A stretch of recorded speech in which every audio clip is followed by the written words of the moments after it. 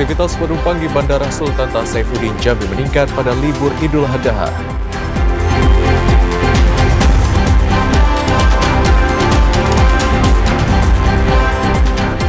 BPBD Kabupaten Sarawangun melakukan langkah pencegahan karhutla.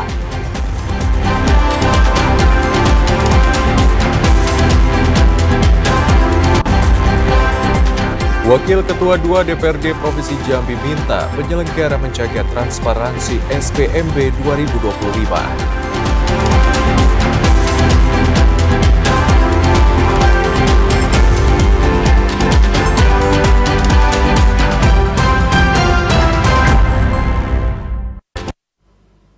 Assalamualaikum warahmatullahi wabarakatuh. Terima kasih Anda masih menyaksikan Jambi hari ini edisi Senin 9 Juni 2025. Ya, saudara, selain 3 berita utama tadi, redaksi kami juga telah menyiapkan sejumlah informasi penting dan menarik lainnya untuk Anda.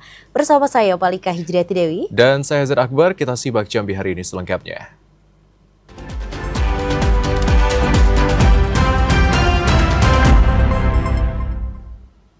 Mengawali informasi Jambi hari ini, saudara, aktivitas penumpang di Bandara Sultan Taha Jambi mengalami peningkatan pada libur panjang Hari Raya Idul Adha 1446 Hijriah. Peningkatan arus penumpang mulai terlihat sejak Kamis 5 Juni dengan lonjakan penumpang mencapai lebih dari 3.000 orang. Aktivitas penumpang di Bandara Sultan Taha Jambi meningkat pada libur panjang Hari Raya Idul Adha 1446 Hijriah. Puncaknya terjadi pada Kamis 5 Juni 2025 dengan jumlah mencapai 3.200 orang penumpang atau naik berkisar 15 hingga 17% dibandingkan hari biasanya. Eksekutif General Manager Bandara Sultan Taha Jambi, Ardon Marbun mengatakan, peningkatan ini dipengaruhi oleh tingginya minat masyarakat untuk melakukan perjalanan pada momen libur nasional. Meski mengalami peningkatan pada hari Kamis kemarin, jumlah penumpang pada hari Jumat dan Sabtu mengalami penurunan, berkisar 1.500 orang penumpang. Diperkirakan jumlah penumpang akan kembali mengalami peningkatan pada hari Senin ini. Pergerakan penumpang puncaknya kemarin terjadi hari Kamis. Kita melayani lebih dari 3.000, pastinya 3.200 penumpang pergerakannya. Jadi mungkin masyarakat menyempatkan sekalian mengambil cuti di hari Kamis. Ada pergerakan yang luar biasa pada hari Kamis itu.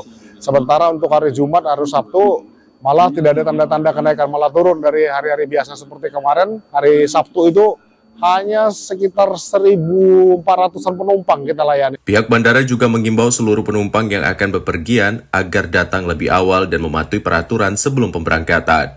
Ashar, TVRI Jambi melaporkan. Ya, saudara, Idul Adha bukan hanya penyembelihan hewan kurban, tetapi juga soal berbagi kepada yang belum menerima. Komunitas Pejuang Subuh Jambi menjadikan momentum ini untuk menyalurkan daging kurban dari Gubernur Jambi kepada warga yang selama ini belum tersentuh distribusi hewan kurban. Berkurban merupakan bentuk cinta sesama. Di beberapa daerah seperti di desa atau dusun pelosok Jambi, masih ada keluarga-keluarga yang jarang menikmati daging.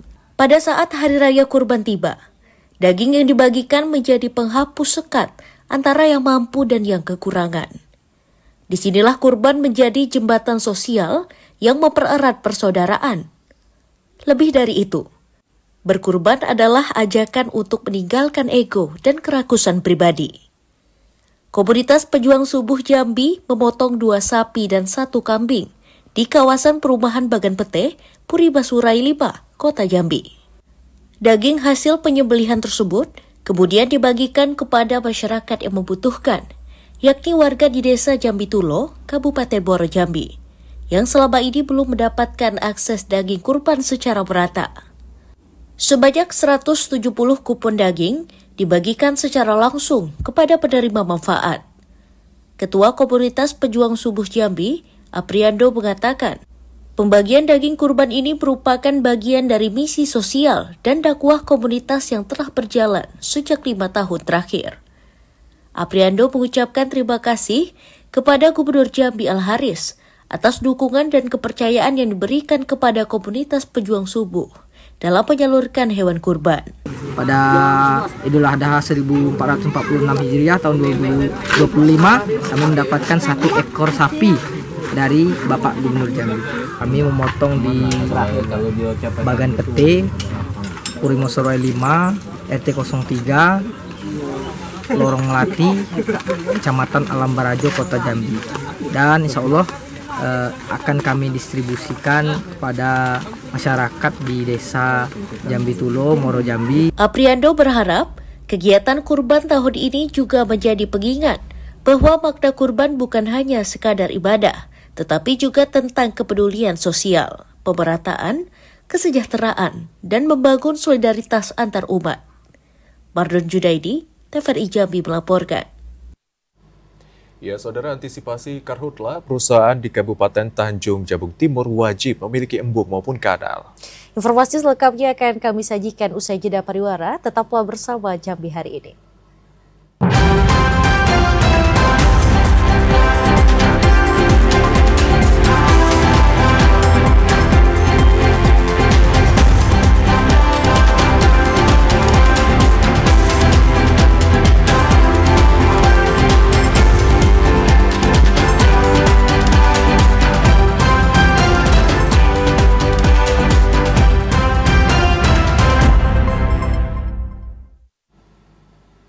Terima kasih Anda masih setia menyaksikan kami di Jambi hari ini, saudara. Ya, saudara, Badan Penanggulangan Bencana Daerah Kabupaten Sarawangun terus melakukan beberapa langkah antisipasi pencegahan serta meningkatkan kewaspadaan terhadap potensi kebakaran hutan dan lahan, terutama di wilayah rawan karhutla.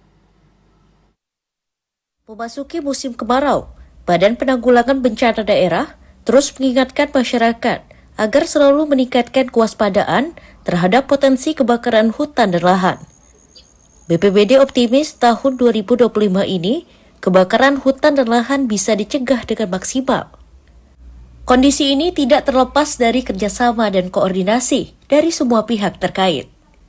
Kepala Bidang Kedaruratan dan Logistik BPBD Kabupaten Sarawangun, Yen Aswadi mengatakan, sebagai langkah pencegahan, pihaknya terus menggiatkan sambang desa rawan, serta sosialisasi larangan karhutla kepada semua lapisan masyarakat, sehingga dapat bersama-sama menjaga hutan dan lahan dari bencana karhutla. BPBD juga menggandeng masyarakat sebagai mitra di tingkat desa dan kelurahan untuk mengantisipasi karhutla karena peran serta seluruh masyarakat sangat diharapkan, terutama kelompok masyarakat peduli api di wilayah rawan. Jajaran BPBD terus memantau sejumlah desa dan kelurahan serta wilayah yang berpotensi tinggi terjadi kebakaran, seperti Kecamatan Batin 8, Kecamatan Paus Sarawangun, Air Hitam Mandiagin, dan Pelawan. Untuk saat ini sapang-sapang kami sudah menyiapkan semacam spanduk yang akan semacam himbauan yang akan kami kirimkan ke seluruh kecamatan. Kemudian mungkin nanti tim-tim dari kami, tim CRC kami akan turun ke lapangan. Itu ada namanya BPBD Sambang Desa, daerah-daerah rawan karhutla. Dengan adanya sinergi antara TNI Polri dan BPBD serta dukungan masyarakat, upaya pencegahan karhutla di Kabupaten Sarawangun diharapkan berjalan efektif dan terus berkelanjutan. Edi Kusnadi, TVRI Jambi melaporkan.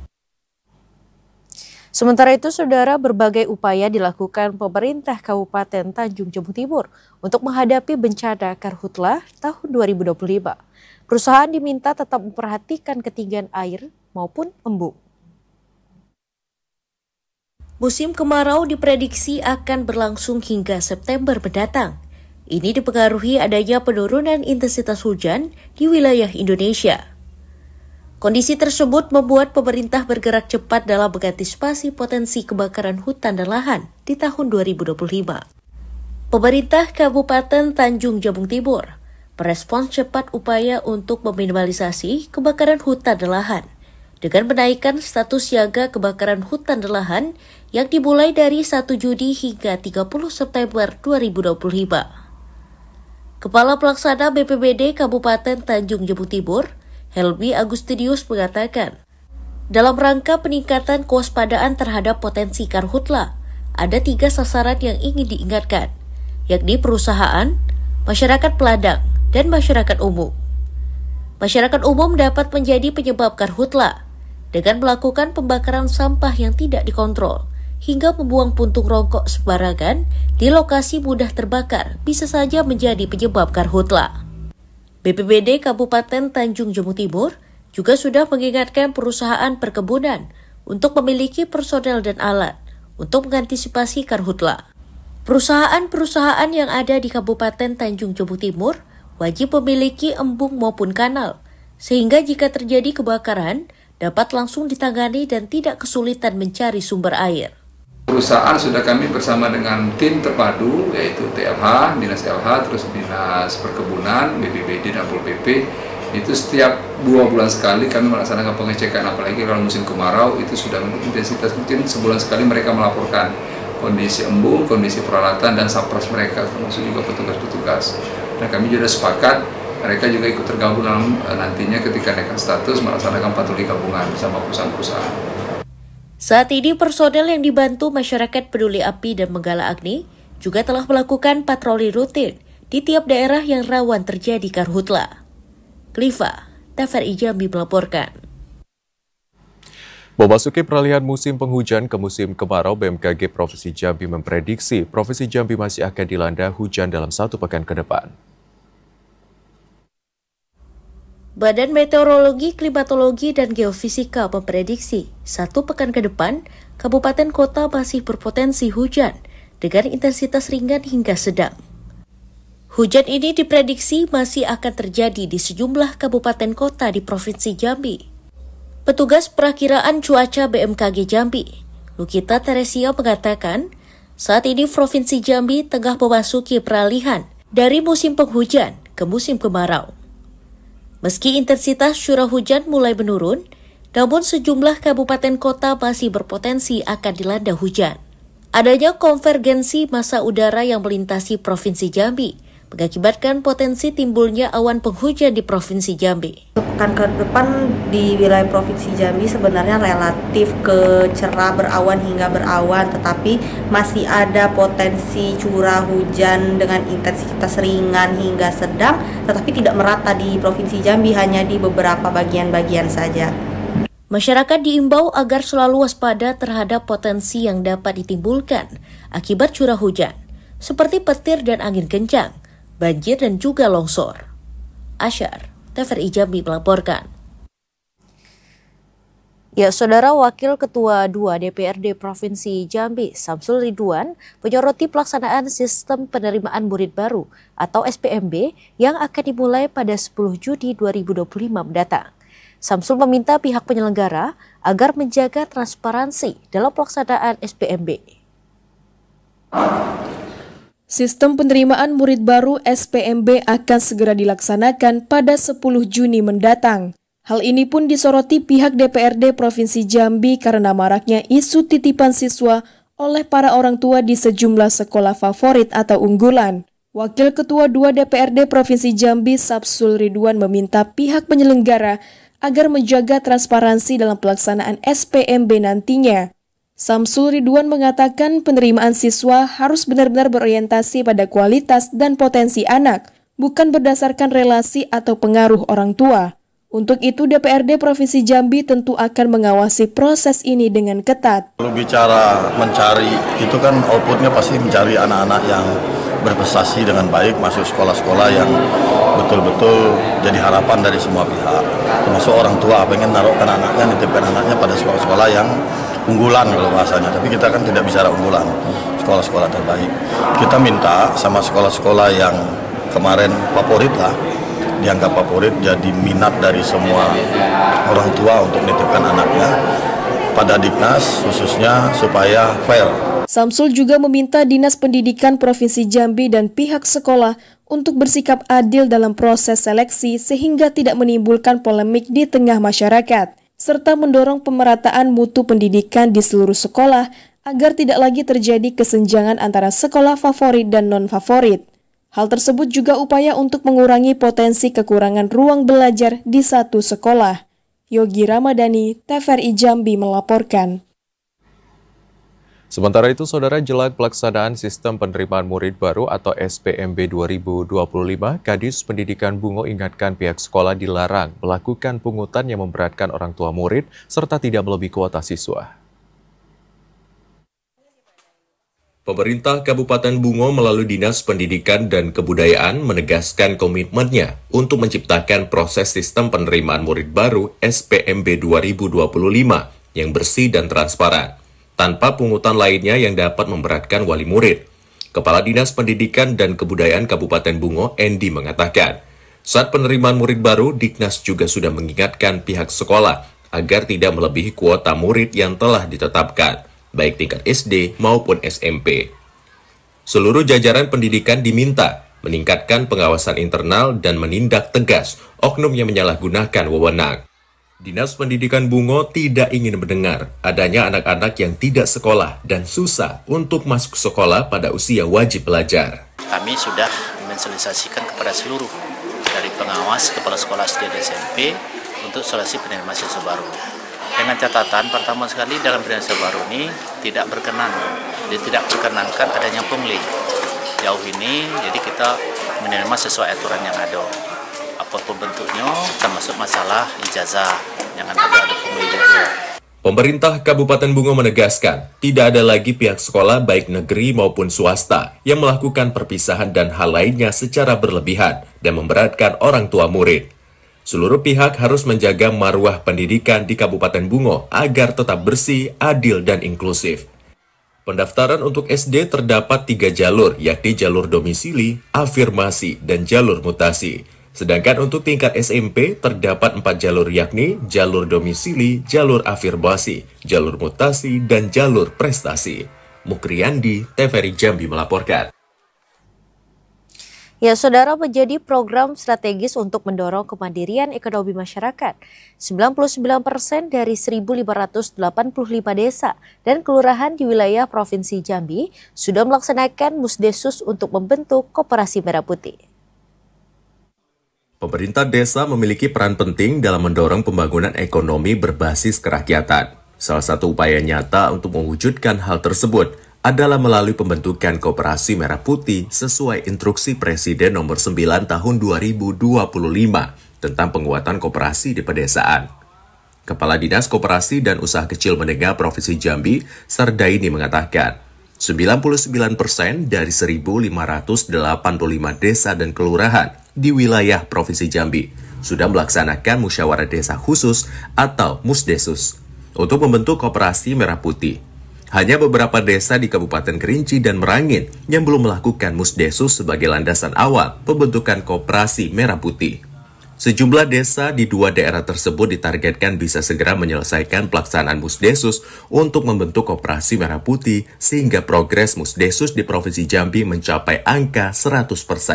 Sardaini menekankan saat ini yang masih perlu didorong adalah pembentukan badan hukum pada seluruh Koperasi Merah Putih di daerah, agar sesuai target penyelesaian pada akhir bulan Juni.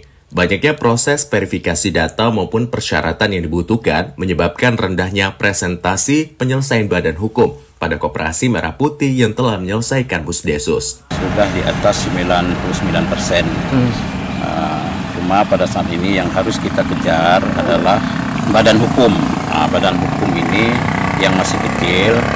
Untuk itu diharapkan kepada pemerintah kabupaten kota agar mengejar badan hukum ini supaya ini sebelum 31 Juni itu sudah clear, karena pada tanggal 12 Juli nanti akan diadakan launching oleh Bapak Presiden. Koperasi Merah Putih menjadi program strategis yang diusung pemerintah pusat untuk memberdayakan masyarakat desa dan kelurahan melalui usaha bersama dan prinsip gotong royong.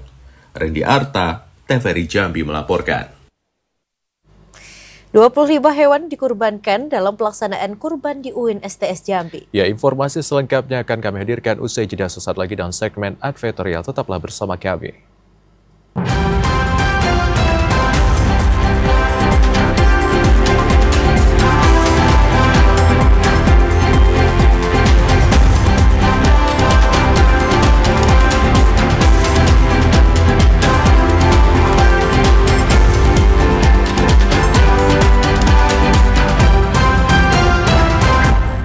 Anda kembali menyaksikan kami di Jambi hari ini, saudara, dalam segmen advertorial.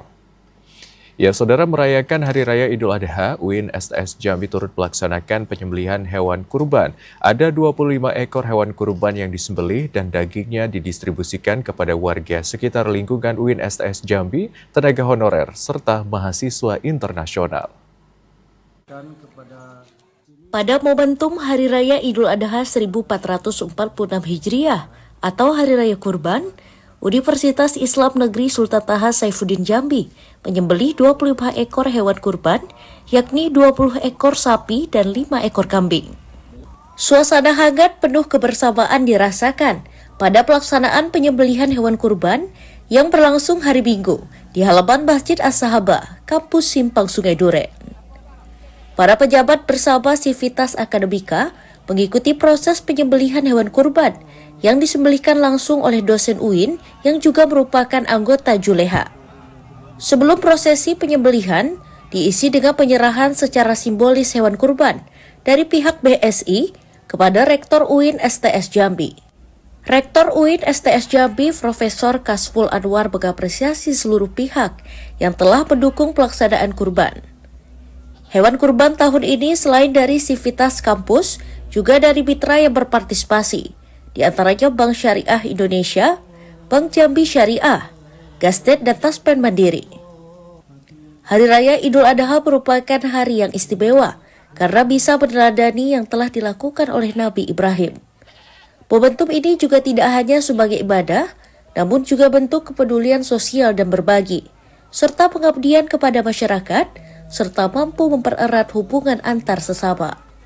Profesor Kasful Anwar berharap jumlah hewan kurban dapat terus meningkat pada tahun mendatang dengan gagasan pembukaan tabungan atau mencicil sejak dini selama 10 bulan untuk berkurban di tahun yang akan datang. Atas nama Rektor Sultan Taha Jambi, ucapkan ribu terima kasih kepada pihak yang berkorban, baik dari rektorat, baik dari fakultas, pasca sarjana, bahkan juga ada dari mitra kita, dari Bank Jambi, Bank BSI, dan Bank Taspen, dan Gasnek. Alhamdulillah memberikan 1 ekor sapi bagi teman-teman. Harapan kita ke depan mudah-mudahan insya Allah jumlah ini bisa bertambah. Jadi saya sampaikan kesambutan dengan semua yang hadir, pembukaan untuk melakukan tabungan kurban. Jadi setiap bulan kita melakukan tabung kurban, 1 orang berjumlah Rp300.000. Selama 10 bulan menjadi 3 juta rupiah. Untuk itu mudah-mudahan insya Allah ke depan dari 20 ini bisa menjadi 30 sampai 40 sapi yang akan kita sembelih, dan insya Allah untuk semuanya tergantung niat kita masing-masing. Setelah dilakukan penyembelihan, daging kurban dipotong-potong dan dimasukkan ke dalam kantong plastik oleh petugas. Selanjutnya dibagikan kepada warga sekitar kampus UIN STS Jambi, baik yang berada di kawasan Telanepura Kota Jambi dan Bendalo Muaro Jambi. Tenaga honorer dan mahasiswa internasional juga menjadi penerima daging kurban. Pelaksanaan penyembelihan yang juga melibatkan mahasiswa berlangsung lancar selaras dengan syariat dalam pelaksanaan penyembelihan. Hewan kurban yang dikurbankan pada tahun ini sebelumnya telah dilakukan pemeriksaan kesehatan dan dagingnya dinyatakan sehat untuk dikonsumsi. Azam Afnan, TVRI Jambi melaporkan. Ya, Saudara, animo masyarakat Kabupaten Sarawangun pada program cek kesehatan gratis terus meningkat. Ya, informasi selengkapnya akan kami sajikan usai jeda. Tetaplah bersama Jambi hari ini, Saudara.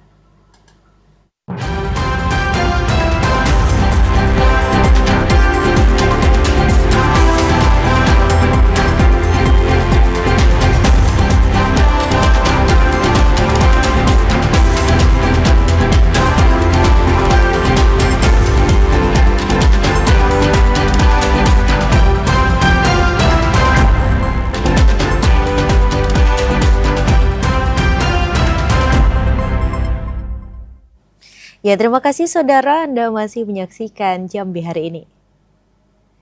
Animo masyarakat di Kabupaten Sarawangun terhadap program cek kesehatan gratis terus meningkat setelah adanya kebijakan perubahan sistem pelaksanaan pemeriksaan.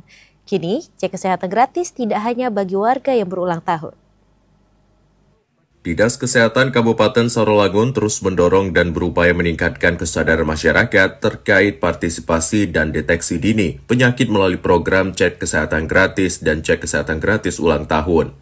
Program cek kesehatan gratis ulang tahun merupakan hadiah ulang tahun Presiden Republik Indonesia Prabowo Subianto kepada masyarakat yang sudah digulirkan sejak 10 Februari 2025 lalu. Program ini bertujuan untuk meningkatkan kesadaran masyarakat pentingnya kesehatan dan deteksi dini penyakit. Kepala Dinas Kesehatan Pemerintah Kabupaten Sarawangun, Bambang Hermanto mengatakan, hingga saat ini program PKG dan CKG ulang tahun mengalami peningkatan setelah Kementerian Kesehatan mengubah kebijakan pelaksanaannya. Bambang menjelaskan meski PKG dan CKG di sejumlah puskesmas yang jauh dari pusat kota masih minim partisipasi. Namun untuk puskesmas kota, antusiasme masyarakat cukup tinggi. Bahkan, setiap hari, petugas melayani peserta. Sebelumnya program CKG hanya ditujukan bagi masyarakat yang sedang merayakan ulang tahun saja. Namun kini, program CKG telah dibuka untuk seluruh lapisan masyarakat tanpa batas usia maupun momen khusus. Edi Kusnadi, TVRI Jambi melaporkan. Pajak bumi dan bangunan, pedesaan, dan perkotaan di Kabupaten Batanghari mendapat sorotan dari Bupati Batanghari. Hal ini dikarenakan capaian pajak tersebut masih tergolong rendah atau di angka 2,80%. Capaian pajak bumi dan bangunan, pedesaan, dan perkotaan atau PBBP 2 di Kabupaten Batanghari masih sangat rendah. Hal itu dibuktikan dengan nilai PBBP 2 sebesar Rp366.133.000 lebih, atau baru tercapai 2,80% dari target Rp13.098.000.000 lebih. Bupati Batanghari Muhammad Fadil Arif menilai rendahnya angka PBBP 2 ini dikarenakan tingkat kesadaran wajib pajak masih rendah. Untuk itu, Bupati berharap peran serta masyarakat untuk bisa lebih berkontribusi membayar pajak atas tanah maupun bangunan yang dimilikinya. Tahu bahwa potensi pajak bumi dan bangunan di Batanghari itu baru terserap sedikit ya, dengan kesadaran yang masih rendah. Kita harapkan seluruh warga Batanghari untuk secara sadar membayarkan pajak bumi dan bangunan, karena nilainya jauh sangat kecil dari nilai yang ada dari harta yang dimiliki oleh masyarakat Kabupaten Batanghari. Bupati Batanghari Muhammad Fadil Arif juga mengharapkan pihak berwenang, badan keuangan, hingga aparatur pemerintah desa ikut mendorong masyarakat dalam memenuhi target PBBP 2 tersebut. Adi Juniawan, TVRI Jambi melaporkan. Ya, sementara itu, saudara, kekerasan dan kenakalan remaja di lingkungan pendidikan terus menjadi masalah yang serius. Sebagai bentuk komitmen, sejumlah sekolah melakukan kegiatan positif dan mendeklarasikan anti kriminalitas dan geng motor. Kenakalan remaja dan aksi geng motor belakangan ini kerap meresahkan masyarakat. Bahkan beberapa dari mereka yang terlibat merupakan pelajar aktif di sekolah. Sebagai bentuk komitmen dan antisipasi kenakalan remaja baik dari aksi tawuran, kekerasan maupun geng motor, sejumlah sekolah menggelar kegiatan positif dan mendeklarasikan anti geng motor di sekolah. Hal ini bertujuan untuk menghindari keterlibatan para siswa dalam aksi tersebut, khususnya saat masa libur sekolah nanti. Salah satunya SMA Negeri 12 Kota Jambi yang mendeklarasikan anti kekerasan dan geng motor serta menggelar kegiatan positif, berbagai perlombaan yang dapat menumbuhkan semangat belajar siswa di sekolah, yakni penerapan proyek penguatan profil Pancasila. Sementara itu, para orang tua juga diminta memperketat pengawasan terhadap kegiatan anak di masa libur sekolah mendatang, sehingga tidak ada pelajar yang turun ke jalan melakukan aksi-aksi kriminalitas yang dapat merugikan diri sendiri dan masyarakat. Joko, TVRI Jambi melaporkan. Ya, saudara, lokasi yang strategis serta fasilitasnya yang lengkap membuat kolam renang tepian Rajo Kota Jambi menjadi salah satu destinasi wisata warga untuk menghabiskan waktu libur panjang Hari Raya Idul Adha. Pada libur panjang perayaan Hari Raya Idul Adha, kolam renang tepian Rajo yang berada di Jalan Kapten Sujono nomor 38, Kelurahan Palima, Kota Jambi, menjadi salah satu objek wisata yang ramai dikunjungi wisatawan. Lokasinya yang strategis serta fasilitasnya yang lengkap menjadikan kolam renang ini pilihan utama warga untuk menghabiskan waktu liburan.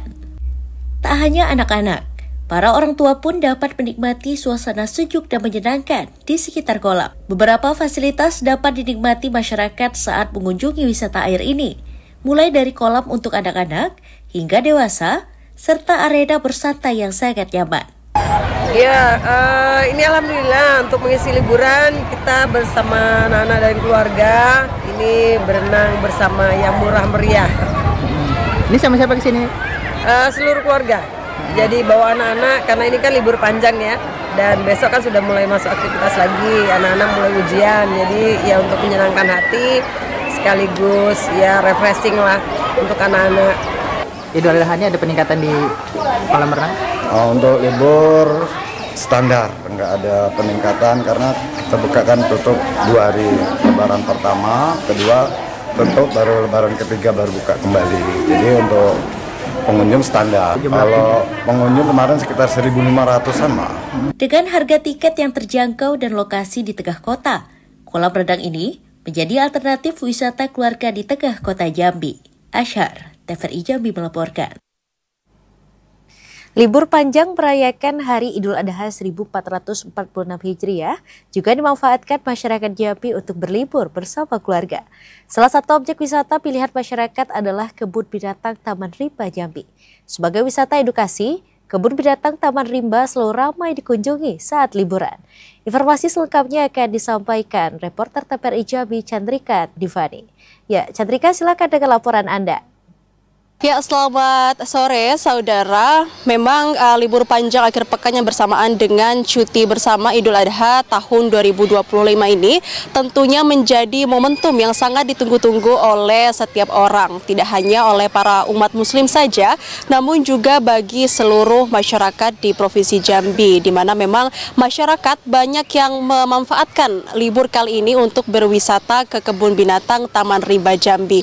Di mana Kebun Binatang Taman Rimba Jambi yang memiliki luas lebih kurang 2,6 hektar ini memang menjadi salah satu destinasi wisata unggulan di kota Jambi yang menyuguhkan keasrian pepohonan yang rindang yang dapat dinikmati oleh para pengunjung sembari melihat dan belajar keunikan satwa-satwa yang dilindungi yang ada di sini, kemudian juga dapat menikmati berbagai fasilitas lainnya yang tersedia seperti arena berkuda, kemudian juga jajanan wisata kuliner serta menjadi area yang tepat dan ciamik untuk bersuah foto. Dan seperti hari ini pemirsa tampak di belakang saya, tepat pada sore hari ini juga banyak masyarakat dan para pengunjung yang sudah mulai ramai berdatangan yang memang didominasi oleh keluarga yang membawa turut serta para anak-anaknya. Kemudian seperti apa sebenarnya antusiasme masyarakat dan pengunjung yang datang selama momen libur Idul Adha ini? Saat ini saya sudah bersama dengan Bapak Widodo selaku staf tata usaha wisata Taman Rimba Jambi. Ya, Pak, bisa dijelaskan seperti apa tingkat dan juga antusiasme masyarakat selama momen libur Idul Adha kali ini? Ya, momen Idul Adha ini sampai hari Minggu terakhir kemarin sudah 3.000-an pengunjung. Cuman karena beberapa hari sebelumnya itu hari hujan, mungkin mempengaruhi tingkat kunjungan pada event Idul Adha tahun ini. Hampir sama dengan tahun lalu, sekitar 5.000-an orang yang berkunjung. Dan seperti apa untuk penyediaan satwa-satwa yang ada di sini? Apakah nantinya akan ada penambahan satwa baru untuk menarik minat masyarakat, Pak? Ya, kalau untuk menambah satwa baru sedang kita jajaki dan kerjasama dengan pihak kebun binatang di luar Sumatera. Itu lagi dalam proses. Mudah-mudahan proses ini bisa lancar. Dan seperti apa harapan dari pihak wisata Taman Rimba Jambi ini untuk kedepannya, baik dari segi pengembangan ataupun juga perbaikan kedepannya? Untuk pengembangan kebun binatang ini kami mohon dukungan kepada pemerintah daerah. Mohon ditingkatkan lagi sarana prasarana kandang satwa dan juga sarana prasarana pengunjung, karena kandangnya sudah bangunan lama, perlu direhab. Setelah itu sarana pengunjung juga kurang kurang cukup dengan yang ada. Setelah itu kami minta peningkatan sumber daya manusia, khususnya kiper-kiper yang ada di Kebun Binatang Jambi ini ditingkatkan lagi kualitasnya dengan mengadakan kursus dengan kebun binatang lain. Juga kalau bisa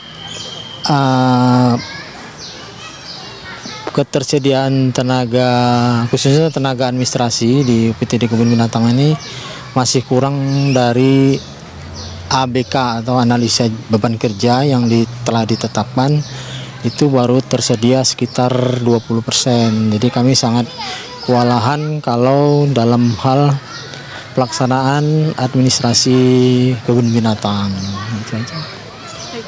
Ya.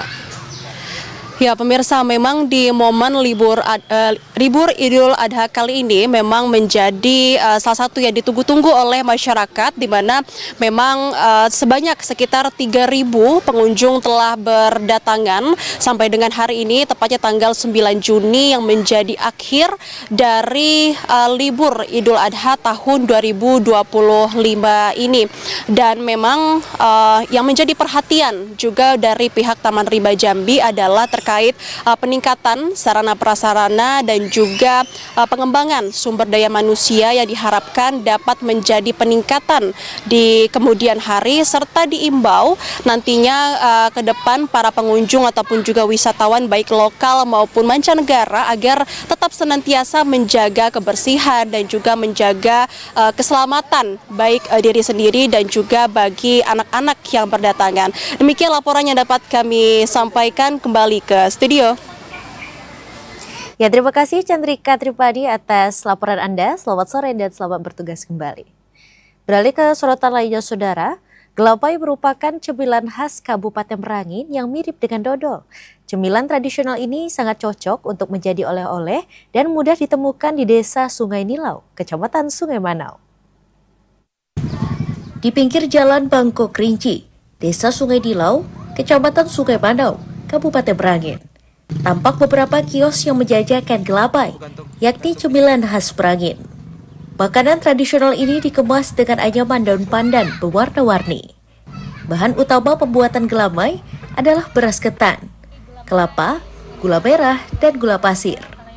Cita rasa yang khasnya muncul dari pembuatan yang masih tradisional selama sekitar 6 jam.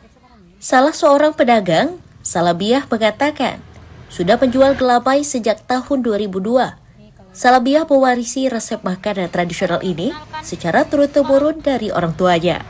Kalau kami sini asli dari ketan, asli turun-menurun dari nenek moyang dulu. Sampai sekarang, maka berjalan lancarlah kami buka usaha. Sudah keluar izinnya tahun 2022 dari kantor Keperindak. Sementara itu, pedagang yang lain, Linda, mengatakan tidak hanya menjual di tempat, tetapi juga secara online, sehingga menjangkau pembeli dari berbagai daerah, mulai dari Kerinci, Kota Jambi, Medan, dan sebagainya. Para pembeli kerap menjadikan makanan tradisional ini sebagai oleh-oleh untuk sanak keluarga. Biasanya orang pulang dari Jambi kan beli oleh-oleh, orang banyak. Dari mana aja Bu kalau Idul Adha tuh Bu? Orang dari Kerinci kan banyak kan balik kan itu liburan, kaget tuh balik kan beli oleh-oleh. Banyak tuh, kadang-kadang sudah nelpon bawa oleh-oleh ke Tempo, kata dia kan. Ini bentar lagi ada juga paket nih, 25 kilo lagi kan. Cemilan khas Kabupaten Merangin ini dapat dengan mudah ditemukan di Desa Sungai Nilau. Harga perbungkusnya mulai dari Rp10.000 hingga Rp25.000. M. Sobar, TVRI Jambi melaporkan. Ya, saudara, informasi tadi sekaligus menutup perjumpaan kita di Jambi hari ini. Terima kasih atas perhatian dan kebersamaan Anda. Saya Hazir Akbar. Dan saya Malika Hijrati Dewi bersama kerabat kerja yang bertugas pamit undur diri. Wassalamualaikum warahmatullahi wabarakatuh dan sampai jumpa.